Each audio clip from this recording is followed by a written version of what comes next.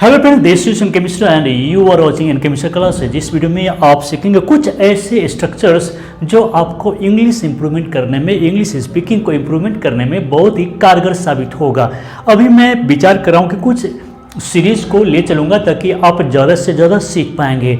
तो इसके लिए ज़रूरत है कि रोज़ सवेरे 5 बजे मेरे साथ जागिए और कुछ नया सीखे ताकि आपकी स्पीकिंग चाहे फिर राइटिंग हो या फिर इंग्लिश इंप्रूवमेंट आपका होना तय है। तो इसके लिए ज़रूरत है कि आप अभी भी इस 5 स्ट्रक्चर्स को ध्यान से देखिए और समझने का प्रयास कीजिए, क्योंकि मैं एक एक स्ट्रक्चर्स को बहुत ही ध्यान से बताने वाला हूं। अब यहाँ पर देख ही लेते हैं, जैसे subject plus is are am slated plus infinitive. अब यहाँ पर देखना यह है कि इज आर एम जो मैं बोल रहा हूँ यहाँ पर इसे वर्ब टू भी बोल सकते हैं, और दूसरा इन्फिनेटिव है, इसे आप 2 + V1 बोल सकते हैं। किसी भी वर्ब के साथ में अगर आप टू लगाते हैं तो उससे आप इन्फिनेटिव बोलेंगे, और विदाउट टू अगर कोई वर्ब है उसको बेयर इन्फिनेटिव कहते हैं। तो फिलहाल यहाँ पर फुल इन्फिनेटिव का प्रयोग किया जाएगा।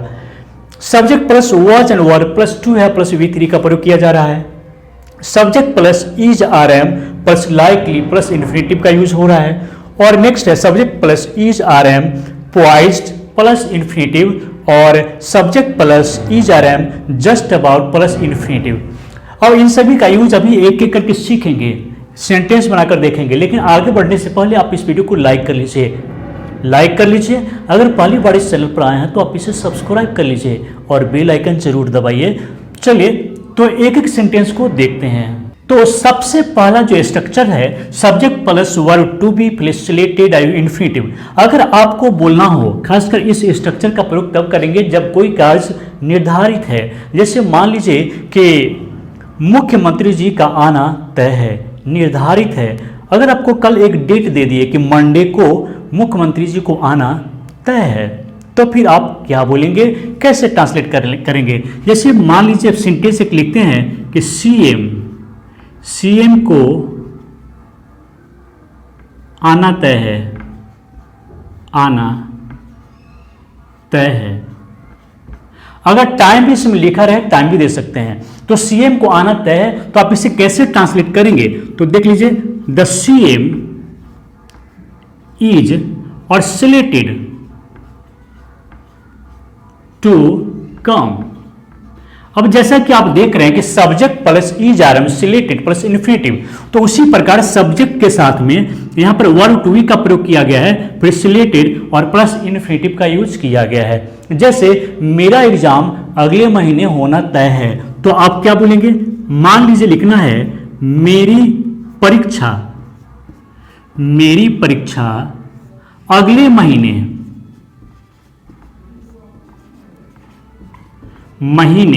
होना तय है। तो आप इसी तरीके से बनाइए, जैसे माई एग्जाम इज सिलेटेड। अब इन्फिनेटिव का यूज करेंगे तो सिलेटेड टू टेक प्लेस, और अब है कि अगले महीने, तो फिर टेक प्लेस नेक्स्ट मंथ, या फिर अगले महीने होना तय है। ठीक है, तो इस तरीके से आप ट्रांसलेट कर सकते हैं। तो पहले सेंटेंस को आप इस तरीके से लिख सकते हैं। तो अब देखते हैं नेक्स्ट सेंटेंस, नेक्स्ट स्ट्रक्चर क्या है, क्योंकि आप पूरे सेंटेंस को, पूरे स्ट्रक्चर को ध्यान से देखिए, क्योंकि अंत में मैं आपसे एक सवाल करने जा रहा हूं। और नेक्स्ट स्ट्रक्चर को देखते हैं, और वो है subject plus was verb plus to है प्लस V3। तो सबसे पहले आप ये भी ध्यान दें कि इसको आप वॉज पढ़ेंगे तो बेहतर माना जाएगा, और इसको पढ़ेंगे वर। भले ये वीक साउंड में है, आप इसको वाज भी पढ़ सकते हैं, लेकिन इसको वेयर नहीं पढ़ सकते हैं, आप पढ़ेंगे वर। तो चलिए अब इसके स्ट्रक्चर को, मीनिंग को समझते हैं कि जहां कोई कार्य पूर्व में होना था लेकिन नहीं हुआ। जैसे मेरी परीक्षा होने वाली थी पर नहीं हुई। अब सेंटेंस को देख लीजिए, सेकंड वाले स्ट्रक्चर के सेंटेंस को देख लीजिए कि मेरी परीक्षा होने वाली थी, मेरी परीक्षा होने वाली थी पर नहीं हुई। अगर इस तरीके से आपको कोई चीज लिखना हो, पढ़ना हो कि मेरी परीक्षा होने वाली थी पर नहीं हुई, तो आप इस स्ट्रक्चर का यूज कर सकते हैं। जैसे my exam my exam was to have taken place.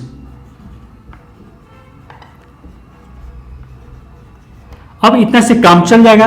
जैसे my exam was to have taken place, मेरी एग्जाम होने वाली थी पर नहीं हुई। जैसे उसकी शादी होने वाली थी पर नहीं हुई। जैसे her marriage was to have taken place. अब इतने से हो गया कि उसकी मैरिज होने वाली थी पर नहीं हुई। एक और लेते हैं,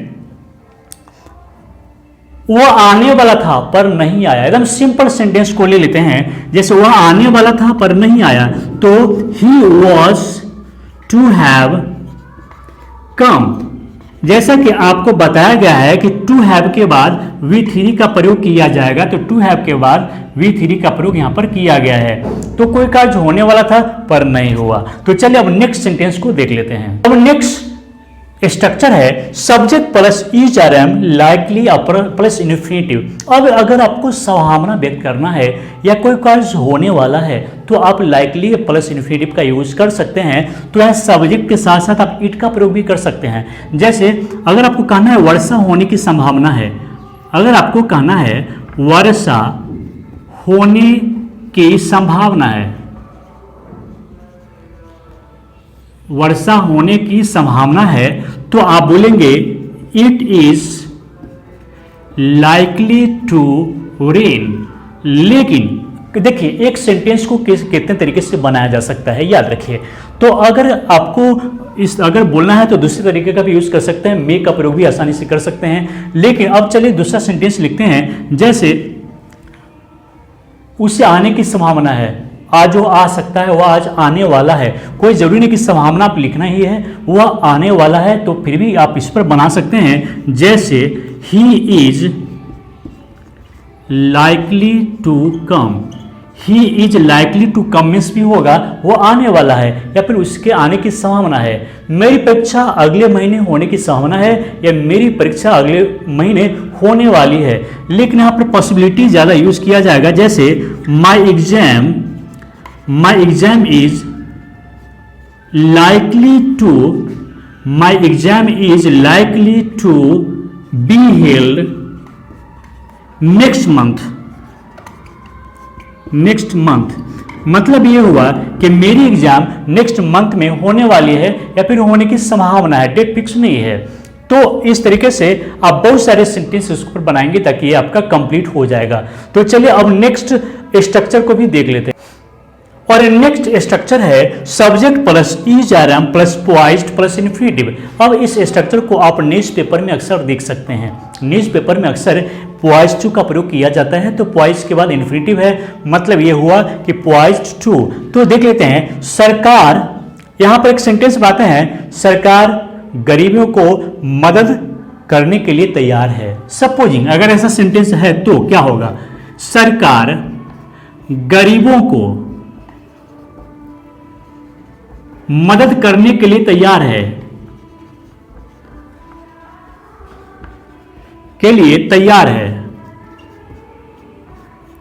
अगर इस तरीके का सेंटेंस बनाना है, पोइज्ड का मतलब ही होता है किसी कार्य करने के लिए तैयार होना। तो अगर आपको कहना है कि सरकार गरीबों को मदद करने के लिए तैयार है, तो आप कैसे लिखेंगे, तो द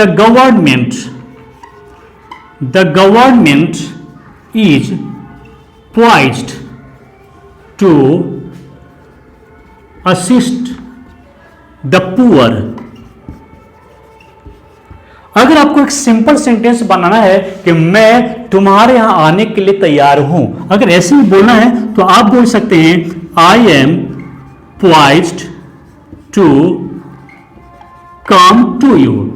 अब एक बात और ध्यान देना है कि अगर आपके यहां के लिए बोलना है तो कम टू का प्रयोग करना है, कम टू यू, टू का प्रयोग यहां पर करेंगे। किसी के यहां जाने की भी बात होती है तो आप वहां पर टू का प्रयोग जरूर कीजिए, come to Mohan, come to you, come to Sita. तो इस तरीके से आप यूज कर सकते हैं। चलिए अब नेक्स्ट स्ट्रक्चर को भी देख लेते हैं, क्योंकि आपसे हम कुछ पूछने वाले भी हैं, इसलिए एक एक सेंटेंस को आप ध्यान से देखिए। नेक्स्ट सेंटेंस है, नेक्स्ट स्ट्रक्चर है subject plus is are am या फिर जस्ट अबाउट प्लस इन्फिनेटिव। यह बिल्कुल एक कॉमन स्ट्रक्चर है, आप पहले से जानते भी होंगे, लेकिन इसे आप सही से जानने का प्रयास कीजिए। जैसे अगर आपको कहना है कि गाड़ी आने ही वाली है, मान लीजिए आपको कहना है गाड़ी आने ही वाली है, गाड़ी आने ही वाली है। अब इस तरह के स्ट्रक्चर से ये बोध होता है, सेंटेंस से ये बोध होगा कि कोई कार्य जस्ट अभी अभी होने वाली है या होने ही वाली है। तो इस कंडीशन में जस्ट अबाउट का यूज कर सकते हैं, जैसे the train is just about. और गाड़ी आने के लिए आप अराइव का यूज जरूर कीजिए, है ना। The train is just about to arrive, train आने ही वाली है। अब अगर आपको कहना है कि मेरे पिताजी जाने ही वाले हैं, कहीं निकलने के लिए हैं, तो मेरे पिताजी जाने ही वाले हैं, तो आप क्या बोलेंगे, my father is just about, my father is just about to leave for. अगर आपको कहना है कि मेरे पिताजी कहीं के लिए रवाना होने ही वाले हैं, निकलने ही वाले हैं, तो यहां पर my father is just about to leave for का यूज इस तरह से कर सकते हैं। मतलब यह हुआ कि आप इन सभी जितने भी स्ट्रक्चर्स हैं, इस पर बहुत सारे सेंटेंस को बना करके आप इसमें एक कुशलता हासिल कर सकते हैं, क्योंकि या स्पोकन हो या फिर रिटन हो, इसमें इसका बहुत ही ज़्यादा योगदान है, यूजफुल है, इसलिए इसे आप आज कंप्लीट कर ही लीजिए। चलिए अब बारी है आपसे क्वेश्चन करने की, और देखते हैं आप कितना समझें आज। चलिए, अगले महीने मेरी परीक्षा होना तय है, अगले महीने मेरी परीक्षा निर्धारित है। तो अगर ऐसा बोलना हो तो आप किस तरीके से इसे ट्रांसलेट करेंगे? तो चलिए देखते हैं आप इस वीडियो में, आप इस कमेंट में क्या लिखते हैं, आपके आंसर का हम विचार करते हैं। तो दोस्तों, इस वीडियो को देखने के लिए आपको बहुत बहुत धन्यवाद।